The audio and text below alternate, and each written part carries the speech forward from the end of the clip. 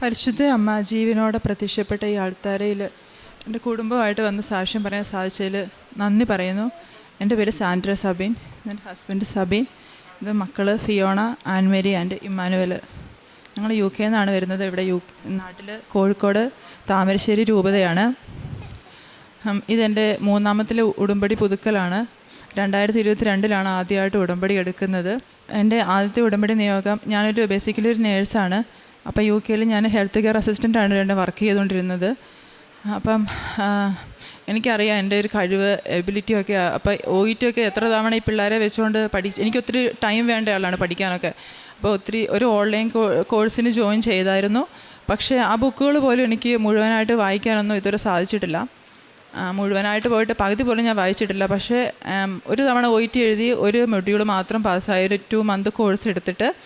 അപ്പം ഞാൻ അന്ന് ആ OET സെൻറ്ററിൽ പോയപ്പോൾ ഞാൻ ഉപ്പിട്ട് പ്രാർത്ഥിച്ചു, മാതാവേ എനിക്ക് ഇനി ഇവിടെ വരാൻ ഇടയാക്കരുതെന്നാണ് പ്രാർത്ഥിച്ചത്. പക്ഷേ അമ്മ അത് സാധിച്ചു തന്നു. അതെങ്ങനെയാണെന്ന് ചോദിച്ചിട്ടുണ്ടെങ്കിൽ രാജ്യത്തിൻ്റെ നിയമം മാറ്റിയിട്ട് തന്നെയാണ്. കാരണം UK പുതിയ റൂള് വന്നു. ഹെൽത്ത് കെയർ അസിസ്റ്റൻ്റൊക്കെ ആണെങ്കിൽ നമ്മുടെ എംപ്ലോയർ നമ്മളെ സപ്പോർട്ട് ചെയ്യുവാണെങ്കിൽ നമുക്ക് NMC പിൻ നമ്പർ കിട്ടുമെന്നും പറഞ്ഞു. അപ്പോൾ അമ്മ അത് വേറെ രീതിയിൽ ഇടപെടുകയാണ് ചെയ്തത്.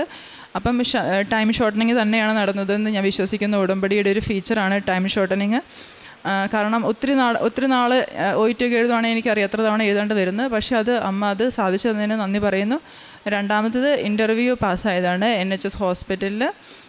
എൻ്റെ മൂന്നാമത്തെ കുഞ്ഞ്, അവന് 4 മാസം ഉള്ളപ്പോഴാണ് 4.5 മാസം ഉള്ളപ്പോഴാണ് NHS ഇൻ്റർവ്യൂ അറ്റൻഡ് ചെയ്യുന്നത്. അപ്പോൾ എൻ്റെ ഹസ്ബൻഡാണ് ജോബ് അപ്ലൈ ചെയ്തത്. അപ്പം ഒരു ഇൻ്റർവ്യൂവിന് ഡേറ്റ് വന്നു. അപ്പം ഞാനൊന്നും പഠിച്ചിട്ടില്ലായിരുന്നു. ജസ്റ്റ് ഫോണിൽ ഗൂഗിളിൽ സെർച്ച് ചെയ്ത് സ്ക്രീൻഷോട്ട് എടുത്ത് വെച്ചിട്ടാണ് ഞാൻ എന്തൊക്കെയോ പഠിച്ചിട്ടാണ് പോയത്. പഠിക്കാൻ പറ്റിയ ഒരു അവസ്ഥയൊന്നും ആയിരുന്നില്ല. അപ്പം ഞാൻ ഈശോയോട് അമ്മയോട് ഞാൻ പറഞ്ഞായിരുന്നു, ഇത് എന്നെ പാസ്സാക്കുവാണെങ്കിൽ മാത്രം വിട്ടാൽ മതി. എൻ്റെ ഫസ്റ്റ് ഇൻ്റർവ്യൂ ആണ്. കാരണം ഹസ്ബൻഡ് നൈറ്റ് കഴിഞ്ഞ് വന്നിട്ടാണ് എന്നെ ഇൻ്റർവ്യൂവിന് കൊണ്ടുപോകുന്നത്. അപ്പം സ്ട്രഗിൾ ചെയ്യിക്കണ്ട എന്ന് വിചാരിച്ച് അങ്ങനെ തന്നെ ഞാൻ പറഞ്ഞായിരുന്നു. കൊന്ത ചൊല്ലിക്കൊണ്ടാണ് യാത്ര തുടർന്നത്. 1 മണിക്കൂർ ജേണി ഉണ്ടായിരുന്നു. അപ്പം പോകുന്ന വഴിക്ക് ഞാനൊരു ലേഡീനെ കാണുകയാണ്. അവർ നീല ഗൗണ് ഇട്ടിട്ട് പച്ച ബാഗ്, അതായത് നമ്മുടെ ഉടമ്പടി തിരിയുടെ കളറുകൾ നീലയും പച്ചയും, അത് എക്സാക്ട്ലി ഞാനത് നോക്കിക്കൊണ്ട് വണ്ടി പോകുന്നതനുസരിച്ച് ഞാനത് വാച്ച് ചെയ്യുമായിരുന്നു. അപ്പോൾ എനിക്ക് മനസ്സിലായി അമ്മ സൈൻ തരുന്നതാണ് എന്ന് എനിക്ക് ഉറപ്പായിരുന്നു. പക്ഷേ ഞാൻ ഹസ്ബൻഡിനോട് പറഞ്ഞില്ല. കാരണം കിട്ടിയിട്ട് പറയാം, അല്ല വിശ്വാസം വെറുതെ കളയണ്ടല്ലോ എന്ന് വിചാരിച്ച് ഞാൻ പോയി. അവിടെ ചെന്നപ്പോൾ ഇൻ്റർവ്യൂ പാനലുണ്ടായിരുന്നത് ഒരു ഇംഗ്ലീഷ് ലേഡി ആൻഡ് ഒരു മലയാളി ലേഡി ആയിരുന്നു. അപ്പം അവർ ഇൻ്റർവ്യൂ സ്റ്റാർട്ട് ചെയ്തു. അപ്പോൾ അവരുടെ ഒരു എക്സ്പെക്റ്റേഷൻ ഒന്നും ഞാൻ മീറ്റ് ചെയ്തിട്ടില്ലായിരുന്നു. ഞാൻ എന്തൊക്കെയോ പറഞ്ഞു, കുറച്ചൊക്കെ ഗസ് അടിച്ചു, കുറച്ചൊക്കെ എന്തൊക്കെയോ പറഞ്ഞു. അപ്പം എനിക്ക് വേണ്ടിയിട്ട് ആ മലയാളി ലേഡി ആ ഇംഗ്ലീഷ് ലേഡിയോട് റെക്കമെൻഡ് ചെയ്യുന്നത് ഞാൻ കേട്ടു. കാരണം ഇത്ര ഗ്യാപ്പുണ്ട്, കുഞ്ഞുണ്ട്. അപ്പം ആ ഒരു റെക്കമെൻഡേഷൻ എനിക്ക് തോന്നുന്നു അത് നമുക്ക് മാനുഷികമായിട്ട് വിചാരിച്ചിട്ടുണ്ട് നമ്മൾ വിചാരിക്കും നടന്നതാണ്. പക്ഷേ ഉടമ്പടിയിലായിരിക്കും എനിക്കറിയാം അത് മാതാവിൻ്റെ ഇടപെടൽ ഒന്നുകൊണ്ട് മാത്രമാണെന്ന്. അങ്ങനെ ഞാൻ ആ ഇൻ്റർവ്യൂ പാസ്സായി. അപ്പം ഞാൻ അത് കഴിഞ്ഞ് ഹസ്ബൻഡിനോടൊക്കെ പറഞ്ഞു ഇതുപോലെയൊക്കെയാണ് നടന്നതെന്ന്. അപ്പോൾ അമ്മയ്ക്ക് ഒത്തിരി നന്ദി പറയുന്നു. കാരണം ഒരു മെറിറ്റും ഇല്ലാതെ അമ്മയുടെ ഗ്രേസിൽ മാത്രമാണ് എനിക്കത് കിട്ടിയത്. അത് കഴിഞ്ഞ് ഇൻ്റർവ്യൂ കഴിഞ്ഞ് ആ ഫയൽ അവർ റിസപ്ഷനിൽ കൊടുക്കുമ്പോൾ അവരെന്നോട് പറഞ്ഞു, കുഞ്ഞിനെ ഓർത്തുകൊണ്ട് കേട്ടോ ഞാൻ പിന്നെ അത് നിനക്ക് വേണ്ടി റെക്കമെൻഡ് ചെയ്തെന്ന് എന്നോട് പറഞ്ഞു. അതുപോലെ മൂന്നാമത്തെ സാക്ഷ്യം എന്ന് പറയുമ്പോൾ എൻ്റെ കുഞ്ഞിന് മൂന്നാമത്തെ, അതായത് 2 പെൺപിള്ളേരാണ്. അപ്പം മൂന്നാമത് ഞാൻ പ്രാർത്ഥിച്ച്, അതായത് ഇവർ 2 പേരും ഉണ്ടായപ്പോഴും അത് വലുതായിട്ടൊന്നും പ്രാർത്ഥനയില്ലായിരുന്നു. പക്ഷേ അവനായിരുന്നപ്പോൾ അവന് എന്താ പറയുക, കൺസീവ് ആവുന്നതിൻ്റെ മുമ്പ് തന്നെ ഒരുങ്ങിക്കൊണ്ടാണ് മൂന്നാമതൊരു കുഞ്ഞിനെ ഞങ്ങൾ ആഗ്രഹിച്ചത്. അപ്പം മൂന്നാമത് എനിക്കൊരാഗ്രഹം ഉണ്ടായിരുന്നു, ജെൻഡർ ഡിഫറൻസ് വേണമെന്ന്. അപ്പം ഞാനത് മാതാവിനോട് പറഞ്ഞായിരുന്നു, ഈശോയോടും പറഞ്ഞായിരുന്നു. അപ്പോൾ 5ാമത്തെ മാസം അവിടെ UK 5ാമത്തെ മാസത്തിൽ നമുക്ക് അറിയാൻ പറ്റും ജെൻഡർ ഏതാണെന്ന് അറിയാൻ പറ്റും. അപ്പം ജെൻഡർ സ്കാനിങ്ങിന് തൊട്ട് മുമ്പ് ഞാൻ ബൈബിൾ എടുത്ത് വായിച്ചപ്പോൾ എനിക്ക് കിട്ടിയത് കർത്താവിൻ്റെ ആലയത്തിൽ ശുശ്രൂഷ ചെയ്യാൻ വരുന്ന ധൂപങ്ങളും കാഴ്ചകളുമായിട്ട് വരുന്ന പുരുഷന്മാർ, ആ ഒരു വേർഡാണ് എന്നെ സ്പാർക്ക് ചെയ്തത്. അപ്പോൾ എനിക്ക് മനസ്സിലായി ഈശോ എന്നോട് സംസാരിക്കുന്നുണ്ടെന്ന്. അങ്ങനെ എനിക്ക് മൂന്നാമത്തെ ഒരു ബേബി ബോയിനെയാണ് കിട്ടിയത്. അവനിപ്പോൾ 1.5 വയസ്സ് കഴിഞ്ഞു. 4ാമത്തെ സാക്ഷ്യം, ഞങ്ങളുടെ യൂണിറ്റ്, അതായത് UK നമ്മുടെ പള്ളിയിൽ വാർഡുകളായിട്ട് തിരിച്ചിട്ടുണ്ട്. വാർഡുകളുടെ അടിസ്ഥാനത്തിൽ പ്രെയറും ഒത്തിരി പ്രവർത്തനങ്ങൾ നടക്കുന്നുണ്ട്. അപ്പം അതിലൊരു വാർഡിൽ ഒരു ഹസ്ബൻഡിൻ്റെ ഒരു ഫ്രണ്ടുണ്ട്. അപ്പോൾ അവനിങ്ങനെ ഉടമ്പടിയുടെ കാര്യങ്ങൾ ഇങ്ങനെ ചോദിച്ചു. ആദ്യം അപ്പോൾ അവനൊത്തിരി സ്ട്രെസ്സിലൂടെയാണ് കടന്നു പോകുന്നത്. പേഴ്സണൽ ഇഷ്യൂസാണ്, ഞാൻ പറയുന്നില്ല. അപ്പം അവനിങ്ങനെ ചോദിച്ചു. അപ്പം ഞാനിങ്ങനെ പറഞ്ഞു, നീ എടുക്കുക, ഉടമ്പടി എടുക്കുക, ഒത്തിരി ഫലം കിട്ടും. അപ്പോൾ അവനോട് പറഞ്ഞു, ചേച്ചി എൻ്റെ അമ്മച്ചിയും സിസ്റ്റേഴ്സൊക്കെ എടുത്തിട്ടുണ്ട്, അപ്പോൾ എനിക്കതിൽ വിശ്വാസമൊന്നും ഇല്ലെന്ന് പറഞ്ഞു. അത് കഴിഞ്ഞ് ഡിസംബറിൽ ഒരു കരോളിൻ്റെ സമയത്ത് അവൻ വന്നപ്പോൾ അവനിങ്ങനെ പറഞ്ഞു, ഒത്തിരി സ്ട്രെസ്സിലൂടെയാണ് കടന്നു പോകുന്നത്, എനിക്ക് ഉറക്കമില്ല എന്നൊക്കെ പറഞ്ഞപ്പോൾ ഞാൻ പറഞ്ഞു, നീ എടുക്കുക. അപ്പോൾ അവന് ലൈറ്റ് വയ്ക്കാണ്ട് പ്രയർ ഇട്ടു. അത് കഴിഞ്ഞ് ശേഷം ഒരു ദിവസം അവൻ ഹസ്ബൻഡിനെ വിളിച്ചിട്ട് പറഞ്ഞു, എനിക്ക് ചേച്ചി ഞാൻ വീട്ടിലേക്ക് വരട്ടെ, എനിക്കൊന്ന് ഓൺലൈൻ ഉടമ്പടി എടുക്കണം എന്ന് പറഞ്ഞു. അപ്പോൾ അതൊരു ഈവനിങ് ആയിരുന്നു.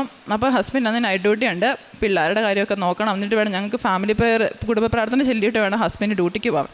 അപ്പോൾ ആ ഒരു ടെൻഷനിലും സ്ട്രെസ്സിലും ഒത്തിരി പണിയുണ്ടല്ലോ ചെയ്യാൻ, എന്നിട്ട് വേണമല്ലോ പ്രാർത്ഥന ചെയ്യാൻ. അപ്പോൾ ഞാൻ ഹസ്ബൻഡിനോട് പറഞ്ഞു, അവനോട് പറ, എന്താ പറയുക, എൻ്റെ ഫോണിൽ വിളിക്കുക, അപ്പോൾ ഞാൻ അതിനോട് ഓൺലൈൻ ഉടമ്പടി എടുക്കണ്ടെന്ന് ഞാൻ പറഞ്ഞു കൊടുക്കാം എന്ന് ഞാൻ പറഞ്ഞു. അങ്ങനെ പറഞ്ഞു. അപ്പോൾ ഹസ്ബൻഡ് പക്ഷേ അവനോട് വരാൻ പറഞ്ഞു. അവൻ വന്ന് വീട്ടിൽ.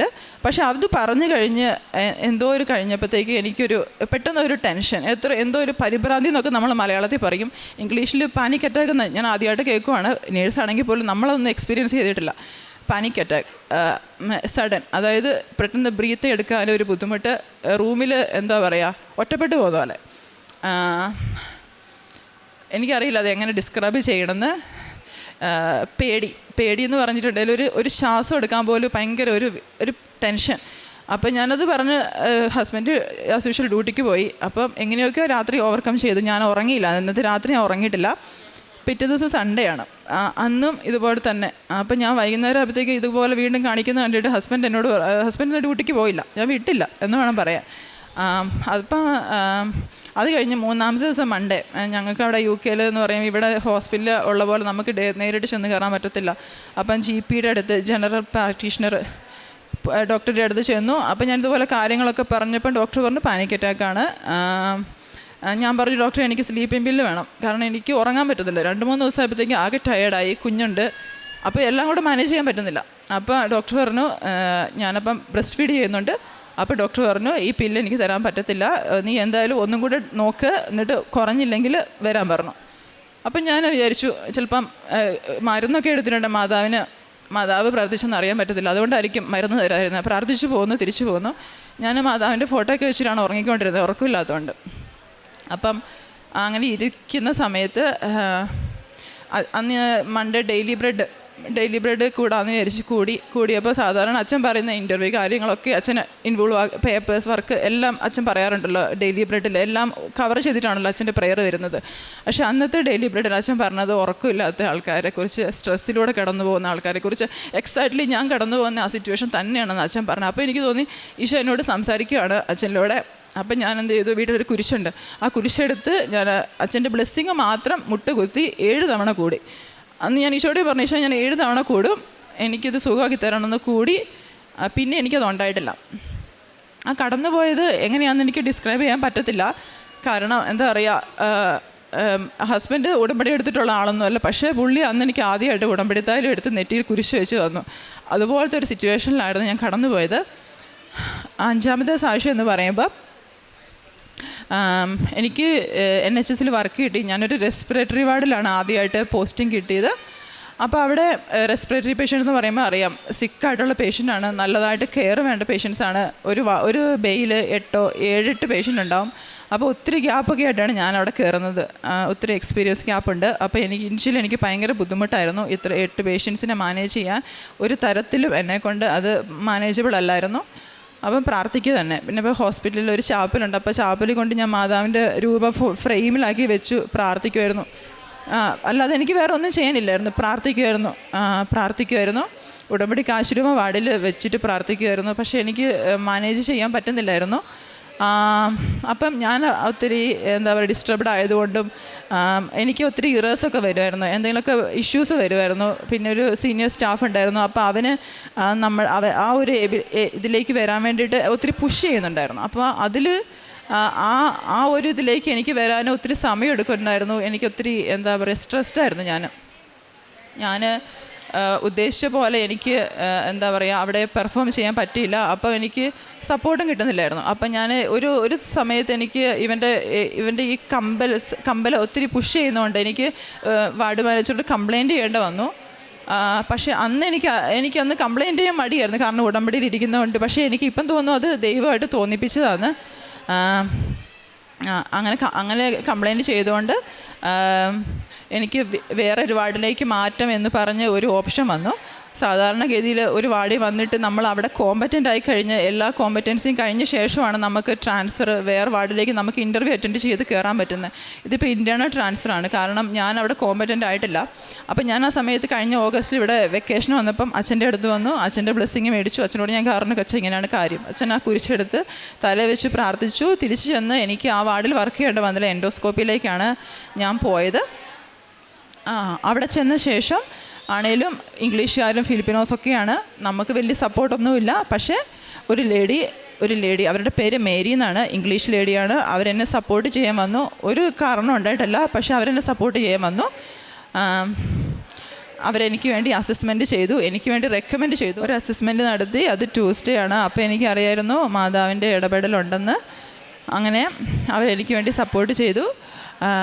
അങ്ങനെ എനിക്ക് ആ വാർഡിൽ പെർമനൻ്റായിട്ട് എന്നെ അവിടെ എടുത്തു. അവർക്ക് അവിടെ സ്റ്റാഫ് വേക്കൻസി ഇല്ലായിരുന്നു. അവർ ഫണ്ടിങ്ങിന് വേണ്ടി അപേക്ഷിച്ചു. അതിൻ്റെ ഇടയ്ക്ക് ഞാൻ ഒത്തിരി സ്ട്രഗിളിലൂടെ കടന്നു പോയപ്പോൾ എനിക്ക് ഉറക്കമൊന്നുമില്ലായിരുന്നു. അപ്പം രാത്രിയിൽ ഞാൻ എണീറ്റ് 3 മണിക്ക് ഇരുന്ന് പ്രാർത്ഥിക്കുമായിരുന്നു. എൻ്റെ ഈശോയെ ഒന്ന് ഇടപെടണേ, ഈ സ്ട്രെസ്സിൽ നിന്ന് ഒന്ന് രക്ഷിക്കണമെന്ന് പ്രാർത്ഥിക്കുമ്പോൾ ഒരു ദിവസം സ്വപ്നം കാണുന്നു. ജോസഫ് അച്ഛനെയും മാതാവിനെയാണ് സ്വപ്നം കണ്ടത്. ജോസഫ് അച്ഛൻ പറയുന്നു 35 ദിവസം മോളെ കാണിക്കുന്നതെന്ന് എന്നോട് പറഞ്ഞു.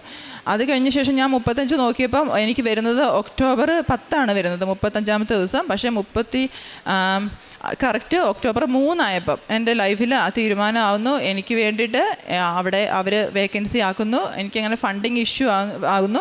ഫണ്ടിങ് ഇഷ്യൂ ആവുന്ന ദിവസവും ഞാൻ ഇതുപോലെ ജോസഫ് അച്ഛനെയും മാതാവിനെയും സ്വപ്നം കണ്ടു. അപ്പോൾ അത് മാതാവിൻ്റെ കറക്റ്റ് ഇടപെടലാണെന്ന് തെളിയിക്കാൻ വേണ്ടിയാണ് മാതാവ് അത് തന്നതെന്ന് ഞാൻ വിശ്വസിക്കുന്നു.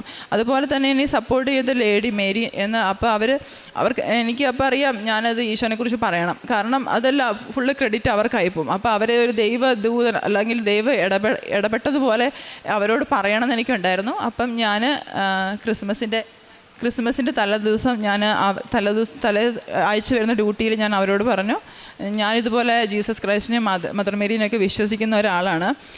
നീ വിശ്വസിക്കുന്നുണ്ടോ എന്ന് എനിക്കറിയില്ല. പക്ഷേ ബൈബിളിൽ പറയുന്നുണ്ട് നമ്മൾ ജീസസിൻ്റെ കമാൻഡ്മെൻറ്റുകൾ ഫോളോ ചെയ്യുവാണെങ്കിൽ നമുക്ക് വേണ്ടിയിട്ട് ദൂതനെ അയക്കും. The God will send his angel for the people who follow his commandment. അങ്ങനെ ഞാൻ അവരോട് പറഞ്ഞു. അപ്പോൾ എനിക്കത് എന്താ പറയുക, അവർക്ക് വലിയ വിശ്വാസമുള്ള കൂട്ടരൊന്നുമല്ല. പക്ഷേ അവൾ പറഞ്ഞു ഞാൻ ഏഞ്ചലാണോന്നൊന്നും എനിക്കറിയില്ല, പക്ഷേ ആ സമയത്ത് നിന്നെ സപ്പോർട്ട് ചെയ്യാൻ എനിക്ക് തോന്നിയെന്ന് പറഞ്ഞു. അപ്പം ഞാനത് ഉറപ്പായിട്ട് വിശ്വസിക്കുകയാണ്. ദൈവം നമുക്ക് വേണ്ടി ദൂതന്മാരെ അയക്കുന്നു. നമ്മൾ ഉടമ്പടി ഫോളോ ചെയ്ത് ഈശോയ്ക്ക് വേണ്ടിയിട്ട് നടക്കുവാണെങ്കിൽ, ഈശോയ്ക്ക് വേണ്ടിയിട്ട് ജോലി ചെയ്യുവാണെങ്കിൽ. അതുപോലെ തന്നെ ഉടമ്പടിയിൽ വേറൊരു കാര്യം എന്ന് പറയുമ്പോൾ ബ്ലെസ്സിങ് ഒത്തിരി കിട്ടിയിട്ടുണ്ട്. ഒത്തിരി ഇടപെടലുകൾ, ഒത്തിരി അത്ഭുതങ്ങളൊക്കെ കണ്ണുകൊണ്ട് കണ്ടെങ്കിലും സഹനം അതിൻ്റെ പുറകെ തന്നെയുണ്ട്. കാരണം സഹനം ഇല്ലാതെ ഈശോൻ്റെ അടുത്ത് ഒരിക്കലും എത്താൻ പറ്റത്തില്ല. ഒന്ന് കഴിയുമ്പോൾ മറ്റു സഹനം തേടിയെത്തും. പക്ഷേ സഹനം എന്ന് പറയുമ്പോൾ ഈശോ ഒരിക്കലും കൈവിടത്തില്ല, എപ്പോഴും കൈ പിടിച്ചിട്ടുണ്ടാവും, മുങ്ങിപ്പോകാൻ അനുവദിക്കത്തില്ല. ഈശോയുടെ കൈ എപ്പോഴും നമ്മുടെ ദേഹത്തുണ്ടാവും. അമ്മ എപ്പോഴും നമുക്ക് വേണ്ടി മധ്യസ്ഥം വഹിക്കുന്നുണ്ടാവും. ഇതൊക്കെയാണ് എനിക്ക് ഉടമ്പടിയിലൂടെ കിട്ടിയ അനുഗ്രഹങ്ങൾ. അതുപോലെ തന്നെ ഹസ്ബൻഡിന് കുഞ്ഞ് ജനിച്ച് കുറച്ച് കഴിഞ്ഞപ്പോൾ ഹസ്ബൻഡിന് ഒരു പെയിൻ വന്നു, സ്റ്റൊമക്ക് പെയിൻ. അപ്പം അത് ഭയങ്കര പെയിനായിരുന്നു. സ്റ്റോണായിരുന്നു, കിഡ്നി സ്റ്റോണായിരുന്നു. അപ്പം അത് കിഡ്നിയുടെ ഒരു ജംഗ്ഷനിലാണെന്നാണ് ഡോക്ടർ പറഞ്ഞത്. അപ്പം യൂറിൻ കൂടെ പാസ്സായി പോകുമെന്ന് അറിയത്തില്ല എന്ന് പറഞ്ഞു. അപ്പം യൂറിൻ ഒത്തിരി ഫ്ലോ ചെയ്യാനുള്ളൊരു മെഡിസിൻ കൊടുത്തു. അതുപോലെ തന്നെ ഞാൻ പ്രാർത്ഥിച്ചായിരുന്നു. അന്ന് ഞാൻ ഓൺലൈൻ ഉടമ്പടി എടുത്ത് പുതുക്കിയായിരുന്നു. അന്ന് തന്നെയാണ് ഹസ്ബൻഡ് ഹോസ്പിറ്റലിൽ നിന്ന് ഡിസ്ചാർജ് ആയത്. അപ്പോൾ അടുത്തൊരു സ്കാനിങ്ങിൽ ചെന്നപ്പോൾ ആ കല്ല് പോയതായിട്ട് കണ്ടു. ഇത് ഞാനിവിടെ സാക്ഷ്യപ്പെടുത്തുന്നു. അതുപോലെ ഒത്തിരി പ്രൊട്ടക്ഷൻ നമ്മൾ ഉടമ്പടി എടുക്കുമ്പോൾ ബ്ലെസ്സിങ് മാത്രമല്ല, ഒത്തിരി പ്രൊട്ടക്ഷൻ ഉണ്ടാവും. അപ്പോൾ ആ പ്രൊട്ടക്ഷനിൽ ഒത്തിരി കിട്ടിയിട്ടുണ്ട്. കുഞ്ഞുങ്ങൾക്കൊക്കെ ആണെങ്കിലും പനി വരുമ്പോൾ മാതാവിൻ്റെ തേനും ഉപ്പൊക്കെയാണ് കൊടുക്കുന്നത്. ഫിയോണയ്ക്ക് ഒരു തവണ പനി വന്നപ്പോൾ മാതാവിൻ്റെ ചിത്രം വരയ്ക്കാൻ പറഞ്ഞു. അവൾ ചിത്രം വരച്ച് കുറച്ച് കഴിഞ്ഞപ്പം ഒക്കെ ആ പനി പോയതായിട്ട് എനിക്ക് അറിയാൻ പറ്റിയിട്ടുണ്ട്. അതുപോലെ ഹസ്ബൻഡ് ഒരു ദിവസം നൈറ്റ് ഡ്യൂട്ടിക്ക് ഡ്രൈവ് ചെയ്ത് പോകുമ്പോൾ ഞാൻ മാതാവിൻ്റെ കാശുരൂപം മാലയിലിട്ട് കൊടുത്തിട്ടുണ്ട്. അപ്പം ഒരു ലേഡി ക്രോസ് ചെയ്യാൻ നിൽക്കുമെന്ന് പറഞ്ഞു. അവിടെ ഇരുട്ടായിരുന്നു, കാണാൻ പറ്റിയില്ല. ഭാഗ്യത്തിൽ ഇടിച്ചില്ല എന്ന് പറഞ്ഞു. അപ്പോൾ എനിക്കറിയാം മാതാവിൻ്റെ സംരക്ഷണമാണെന്ന് എപ്പോഴും കൂടെ ഉണ്ടാവും. പക്ഷെ നമ്മൾ ഇതുപോലെ വന്ന് സാക്ഷ്യപ്പെടുത്തണമെന്നേ ഉള്ളൂ. കാരണം ഈശോനെ മഹത്വപ്പെടുത്താനാണല്ലോ. മറ്റുള്ളവർക്ക് എന്താ പറയുക, വിശ്വാസമുള്ളവരുടെ വിശ്വാസം കൂട്ടുവാനും വിശ്വാസം ഇല്ലാത്തവരെ വിശ്വാസത്തിലേക്ക് എടുക്കുവാനാണല്ലോ നമ്മളൊക്കെ വിളിക്കപ്പെട്ടിരിക്കുന്നത്. ഇതുപോലെയാണ് എൻ്റെ ഉടമ്പടി കടന്നു പോകുന്നത്. ഇന്ന് ഞാൻ 3ാമത് പുതുക്കിയിരിക്കുകയാണ്. ഈശോയും അമ്മയും തന്ന എല്ലാ അനുഗ്രഹങ്ങൾക്കും ഒന്നുകൂടി നന്ദി പറയുന്നു. കാരുണ്യ പ്രവർത്തികളായിട്ട് ഞങ്ങൾ അവിടെ ഓൺലൈനിൽ ഫേസ്ബുക്കൊക്കെ കാണുമ്പം ജെന്യുവിനായിട്ട് തോന്നുന്ന കേസുകളൊക്കെ ഉണ്ടെങ്കിൽ പൈസ കൊടുത്ത് സഹായിക്കാറുണ്ട്. പിന്നെ നമുക്ക് കിട്ടുന്ന പേഷ്യൻസിന് ഒരു എക്സ്ട്രാ കെയർ കൊടുത്ത് അല്ലെങ്കിൽ സ്റ്റാഫിനെ ഒന്ന് സഹായിച്ച് അങ്ങനെയൊക്കെയാണ് ഈശോയോടുള്ള സ്നേഹത്തെ പ്രതി, അല്ലാതെ സ്വന്തം കഴിവുകൊണ്ടല്ല, ഈശോയോടുള്ള സ്നേഹത്തെ പ്രതി തന്നെ നമുക്ക് സഹനം എടുത്താണ്ടെങ്കിലും ചിലപ്പോൾ മടുത്തിരിക്കുമായിരിക്കും, ടയേർഡായിരിക്കും, എന്നേ പോലും സഹായിക്കാൻ പോവാറുണ്ട്. അതൊക്കെയാണ് കാരുണ്യ പ്രവൃത്തി. പ്രേക്ഷിത പ്രവർത്തനം. പത്രം നാട്ടിൽ വരുമ്പം പത്രം വാങ്ങിച്ച് ഇംഗ്ലീഷിൽ അവിടെ ചർച്ചിൽ പോയിട്ട് ഇംഗ്ലീഷുകാർക്ക് പറഞ്ഞു കൊടുക്കാറുണ്ട്. പിന്നെ ആത്മീയ ജീവിതം പള്ളിയിൽ പറ്റുമ്പോഴൊക്കെ ഞങ്ങൾക്ക് അവിടെ എന്നും വിശുദ്ധ കുർബാനയുണ്ട്, മലയാളത്തിൽ തന്നെ വിശുദ്ധ കുർബാനയുണ്ട്. അപ്പം പറ്റുന്ന ദിവസമൊക്കെ പള്ളിയിൽ പോകാറുണ്ട്. മാസത്തിൽ ഒന്നെങ്കിലും കുമ്പസാരിക്കാറുണ്ട്. ബൈബിള് അരമണിക്കൂർ ചില ദിവസം പറ്റത്തില്ല, പക്ഷെ വായിക്കാറുണ്ട്. പ്രാർത്ഥന, ജപമാല അങ്ങനെയൊക്കെ നടക്കുന്നു. പരിശുദ്ധി അമ്മയും ഈശോയും ചെയ്തു തന്ന എല്ലാ അനുഗ്രഹങ്ങൾക്കും അമ്മയ്ക്കും എൻ്റെ ഈശോയ്ക്കും ഒത്തിരി നന്ദി പറഞ്ഞുകൊണ്ട് നിർത്തുന്നു. നിൻ്റെ ദൈവവും കർത്താവുമായ ഞാൻ നിൻ്റെ വലതുകൈ പിടിച്ചിരിക്കുന്നു. ഞാനാണ് പറയുന്നത്, ഭയപ്പെടേണ്ട, ഞാൻ നിന്നെ സഹായിക്കും. യെശയ്യാ പ്രവാചകൻ്റെ പുസ്തകത്തിൽ നിന്ന് 41-ാം അധ്യായം 13-ാം വചനമാണ്. നമ്മെ കൈപിടിച്ചിരിക്കുന്ന ഒരു ദൈവമുണ്ട് നമ്മുടെ കൂടെ. ഭയപ്പെടാതിരിക്കാൻ. ജീവിതത്തിൽ നമ്മൾ പലപ്പോഴും ആശങ്കയും രോഗവും ഭയവും സാമ്പത്തിക പ്രശ്നങ്ങളും ഒക്കെ ആയിട്ട് ബന്ധങ്ങളിൽ, കുടുംബ പ്രശ്നങ്ങളിൽ ഇവയെല്ലാം നേരിടുമ്പോൾ ഒറ്റപ്പെട്ടതായിട്ട് തോന്നുന്ന അനുഭവങ്ങളുണ്ടാവാം. പക്ഷെങ്കിൽ ഉടമ്പടി എടുക്കുന്ന മക്കളുടെ ജീവിതത്തിൽ നാം ഒരിക്കലും ഒറ്റയ്ക്കല്ല. ഞാൻ നിന്നോടൊപ്പം ഉണ്ട് എന്നാണ് കർത്താവ് പറയുന്നത്. ജോലി നഷ്ടപ്പെട്ടായാലും, ജോലി ചെയ്യുന്ന സ്ഥലങ്ങളിലുള്ള ബുദ്ധിമുട്ടായാലും ദൈവമുണ്ട് നമ്മെ കൈപിടിച്ച് മുന്നോട്ട് നയിക്കാൻ. രോഗാവസ്ഥയിൽ നമ്മെ കൈവിടാത്ത ദൈവം. ആരും മനസ്സിലാകുന്നില്ല എന്ന് തോന്നുന്ന അവസരങ്ങളിൽ ദൈവം അടുത്താണ് എന്ന് തോന്നുന്ന ഒരു ഫീലിംഗാണ് ഉടമ്പടി മക്കൾക്കുള്ളത്. ഉടമ്പടിയിൽ ദൈവത്തോടൊപ്പമുള്ള ഒരു ബന്ധമാണ് നാം ഉറപ്പിക്കുന്നത്. നമ്മുടെ കൈ പിടിച്ചിരിക്കുന്ന ദൈവം ആ കൈ വിട്ടുപോകാതെ നമുക്കായി മാധ്യസ്ഥം വഹിക്കുന്ന കൃപാസനം അമ്മയാണ് നമ്മുടെ കൂടെയുള്ളത്. വിട്ടുപോകാത്ത ദൈവത്തിൻ്റെയും കൈപിടിച്ച് താങ്ങി നിർത്തുന്ന, സംരക്ഷിക്കുന്ന പരിശുദ്ധ അമ്മയുടെയും പ്രത്യക്ഷീകരണത്തിൻ്റെ ഒരു സാക്ഷ്യമാണ് സാന്ദ്ര സബിൻ നമ്മളോട് പങ്കുവച്ചത്. ഈ മകൾ പറഞ്ഞതുപോലെ ആദ്യമായിട്ട് ഉടമ്പടി എടുത്ത ശേഷം നിയമം പോലും മാറ്റിയാണ് NMC പിൻകോഡ് ഈ മകൾക്ക് കിട്ടിയത്. പിന്നീടുണ്ടായിരുന്ന ഇൻ്റർവ്യൂ ആയിരുന്നു. അവിടെ പോയപ്പോഴും ഇൻ്റർവ്യൂ പാനൽ മാതാവിൻ്റെ ഇടപെടൽ, മാതാവിൻ്റെ സാന്നിധ്യമാണ് ഈ മകൾക്ക് മനസ്സിലായത്. അതായത് ബ്ലൂവും ഗ്രീനും ഉള്ള ഒരു ഗാർമെൻ്റ് ഇട്ട ഒരു സ്ത്രീയായിരുന്നു അവിടെ ഉണ്ടായിരുന്നത്. ആ സ്ത്രീയുടെ സാന്നിധ്യം ഈ മകൾക്ക് നല്ല സപ്പോർട്ടായിരുന്നു. ഒത്തിരി റെക്കമെൻഡ് ചെയ്തു ഈ മകൾക്ക് വേണ്ടിയിട്ട്. കാരണം മെറിറ്റ് വൈസിൽ 6 വർഷത്തെ ഗ്യാപ്പുണ്ട്, ജോലി കിട്ടാൻ സാധ്യത കുറവാണ്. എങ്കിലും ഉടമ്പടിയിൽ നിയോഗമായി സമർപ്പിച്ചതിൻ്റെ ഫലമായിട്ട് പരിശുദ്ധ അമ്മയുടെ സാന്നിധ്യം അവിടെ അനുഭവിക്കുകയും മെറിറ്റ് ഇല്ലാത്ത സ്ഥലത്ത് മെറിറ്റ് നൽകി ഈ മകൾക്ക് നല്ലൊരു രജിസ്റ്റേർഡ് നഴ്സ് ജോബ് നൽകി ഈശോയും അമ്മയും അനുഗ്രഹിക്കുകയാണ് ചെയ്തത്. ഇവിടെയും not by merit but by grace എന്നാണ്. മകൾക്കുള്ള നമുക്ക് ഏത് ആവശ്യത്തിലും മെറിറ്റില്ലെങ്കിലും ഈശോയുടെയും അമ്മയുടെയും കൃപയുണ്ടെങ്കിൽ നമുക്ക് എന്ത് കാര്യവും സാധിച്ചു നൽകുന്ന ഒരു വലിയ പദ്ധതിയാണ് ഉടമ്പടി. അതുകൊണ്ടാണ് പലപ്പോഴും നാം പറയുന്നത്, ഉടമ്പടി മക്കൾക്കൊന്നും ഭയപ്പെടേണ്ട ആവശ്യമില്ല. നമ്മളെ കാത്തു പരിപാലിക്കുന്ന, നമ്മുടെ വലതു കൈ പിടിച്ച് മുന്നോട്ട് നയിക്കുന്ന ഒരു ദൈവമാണ് കൂടെയുണ്ട്. അതുകൊണ്ട് ഭയപ്പെടേണ്ട, ഞാൻ നിന്നെ സഹായിക്കുമെന്നാണ് കർത്താവ് പറഞ്ഞത്. അതുപോലെ തന്നെയാണ് ഈ മകളൊന്ന് പ്രാർത്ഥിച്ചത്, ഒരു മകന് വേണ്ടിയിട്ട്, ഒരു ബേബി ബോയ്. അതും ഈശോയും അമ്മയും ഈ മകളോട് ചേർന്ന് നിന്ന് ഓരോ പ്രാവശ്യവും ഓരോ പ്രാർത്ഥന ചെല്ലുമ്പോഴെല്ലാം ഈശോയും അമ്മയും കൂടെ നിൽക്കുന്ന ഒരു ഫീലിംഗ് ഉണ്ടായിരുന്നു, അമ്മ എൻ്റെ കൂടെയുണ്ടെന്നുള്ളത്. അതുപോലെ തന്നെ വചനം തുറന്ന് വായിച്ചപ്പോഴും അങ്ങനെയുള്ളൊരു വചനമാണ് ഈ മകൾക്കൊരു ഉറപ്പ് നൽകിയത്. ഇൻ്റർവ്യൂവിന് പോയപ്പോൾ അമ്മയുടെ സാന്നിധ്യവും, ഒരു മകന് വേണ്ടി പ്രാർത്ഥിച്ചപ്പോൾ വചനത്തിലൂടെ ഈ മകൾക്ക് ഒരു സാന്ത്വനവുമാണ് ലഭിച്ചത്. പിന്നീട് ജോലിയിലുണ്ടായിരുന്ന ഡിഫിക്കൽട്ടീസ് ആയിരുന്നു. അവിടെ ഇപ്പോഴത്തെ ഒരു മോഡേൺ വേൾഡിൽ പ്രൊഫിഷ്യൻസിയും എഫിഷ്യൻസിയും ഒക്കെ നോക്കുന്ന ഒരു ലോകമാണ്. അവിടെ വളരെ ബുദ്ധിമുട്ടുകളും പ്രശ്നങ്ങളുമുള്ള ഒരു കോമ്പറ്റേറ്റീവ് വേൾഡിൽ ഈ മകൾക്ക് ജോലി ചെയ്യുവാനായിട്ട് അത് ഗ്യാപ്പിൻ്റെ വ്യത്യാസം ഉണ്ടായിരുന്നു. പിന്നെ ജോലിയിലുള്ള ആ എക്സ്പീരിയൻസ് ഡിഫറൻസ്, അങ്ങനെ ആ ജോലിയിലുള്ള ആ ബുദ്ധിമുട്ടിയ സമയത്തും അച്ഛൻ്റെ ഒരു സ്വപ്നത്തിലുള്ള അച്ഛൻ്റെ ഒരു സാന്നിധ്യമാണ്, ബഹുമാനപ്പെട്ട ജോസഫ് അച്ഛൻ്റെ ഒരു സാന്നിധ്യമാണ്, പരിശുദ്ധ അമ്മയുടെ ഒരു സാന്നിധ്യമാണ് ഈ മകൾക്ക് വീണ്ടും ഒരു പ്രചോദനം നൽകിയത്. പിന്നെയും ഈ മകൾ പറഞ്ഞത് മേരി എന്നൊരു സ്ത്രീയാണ്. അവിടെ ഒരു അസസ്മെൻറ്റ് ചോദിച്ചപ്പോൾ ജോബ് അസസ്മെൻറ്റിൻ്റെ കാര്യത്തിൽ പോയപ്പോഴും നമുക്കറിയാം ഇപ്പോഴത്തെ കാലത്തെല്ലാം ജോബ് അസസ്മെൻ്റ് ഉണ്ട്. അങ്ങനെ അസസ്മെൻറ്റ് ചെയ്തപ്പോഴും മേരി എന്നുള്ളൊരു സ്ത്രീയുടെ ഒരു ഇടപെടൽ ഈ മകളുടെ ജീവിതത്തിൽ വലിയൊരു സപ്പോർട്ടായിരുന്നു, നല്ലൊരു റെക്കമെൻഡാണ് ചെയ്തത്. ഇതും പരിശുദ്ധമ്മയുടെ ഒരു ഇടപെടലാണ്. പല രീതിയിൽ പല വ്യക്തികളിൽ കൂടെ പല സാഹചര്യങ്ങളിൽ കൂടെയാണ് ഉടമ്പടി മക്കളുടെ ജീവിതത്തിൽ അമ്മയുടെ ഇടപെടൽ നമ്മൾ കാണാൻ സാധിക്കുന്നത്. അങ്ങനെ ഇവിടെയും ഈ ജോബ് ഡിഫിക്കൽട്ടായിരുന്ന സമയത്തും അമ്മ അവിടെ ഇടപെട്ട് ആ കാര്യങ്ങളെല്ലാം അസസ്മെൻറ്റ് ചെയ്തപ്പോഴും എല്ലാം ഭംഗിയായിട്ട് തന്നെ എല്ലാ രീതിയിലും നല്ല പോസിറ്റീവ് റിപ്പോർട്ട് നൽകി ഈ മോളെ അനുഗ്രഹിക്കുകയും ചെയ്തത്. ജോബ് പിന്നെ ഉണ്ടായിരുന്ന ഫണ്ടിങ് മെയിലായിരുന്നു, അതും അതുപോലെ തന്നെയാണ്. പിന്നെ ഉണ്ടായിരുന്ന രോഗസൗഖ്യം, ഈ മകനുണ്ടായിരുന്ന കിഡ്നി സ്റ്റോൺ ഉണ്ടായിരുന്നു, അതും ഉടമ്പടി വസ്തുക്കൾ ഉപയോഗിച്ച് പ്രാർത്ഥിച്ചതിൻ്റെ ഫലമായിട്ട് ഈ മകൾ പറഞ്ഞിരുന്നത് പല സ്ഥലങ്ങളിലും പല വ്യക്തികളെ കാണാൻ പോയപ്പോഴും ഉടമ്പടി വസ്തുക്കളിൽ കൊണ്ടുപോയിരുന്നു. ഇവിടെയും ഉടമ്പടി വസ്തുക്കൾ ഉപയോഗിച്ച് വിശ്വാസപ്രമാണം ചൊല്ലി പ്രാർത്ഥിച്ചപ്പോഴാണ് ആ മകന് രോഗസൗഖ്യം ലഭിച്ചത്. ഈശോയും അമ്മയും നമ്മുടെ കൂടെ കരം പിടിച്ച് മുന്നോട്ട് നയിക്കുവാനുണ്ടെങ്കിൽ നമുക്കൊന്നും ഭയപ്പെടേണ്ട ആവശ്യമില്ല. നമ്മുടെ ഭയങ്ങളിലും ദുഃഖങ്ങളിലും ദൈവം നമ്മെ കൈപിടിച്ച് നടത്തട്ടെ എന്ന് നമുക്ക് പ്രാർത്ഥിക്കാം. പരിശുദ്ധ അമ്മ ഈശോയുടെ സ്നേഹത്തിലേക്ക് നമ്മെ ഓരോരുത്തരെയും നയിക്കട്ടെ എന്നും സാന്ദ്ര സബീന കുടുംബത്തിൽ ലഭിച്ച എല്ലാ അനുഗ്രഹങ്ങൾക്കും നമ്മൾക്ക് കരങ്ങളടിച്ച് ദൈവത്തെ മഹത്വപ്പെടുത്താം. യേശുവേ നന്ദി, യേശുവേ സ്തുതി, ആവേ മരിയ. അത്യപൂർവ ദൈവാനുഭവങ്ങൾ ഇനി നിങ്ങൾക്കും സ്വന്തം.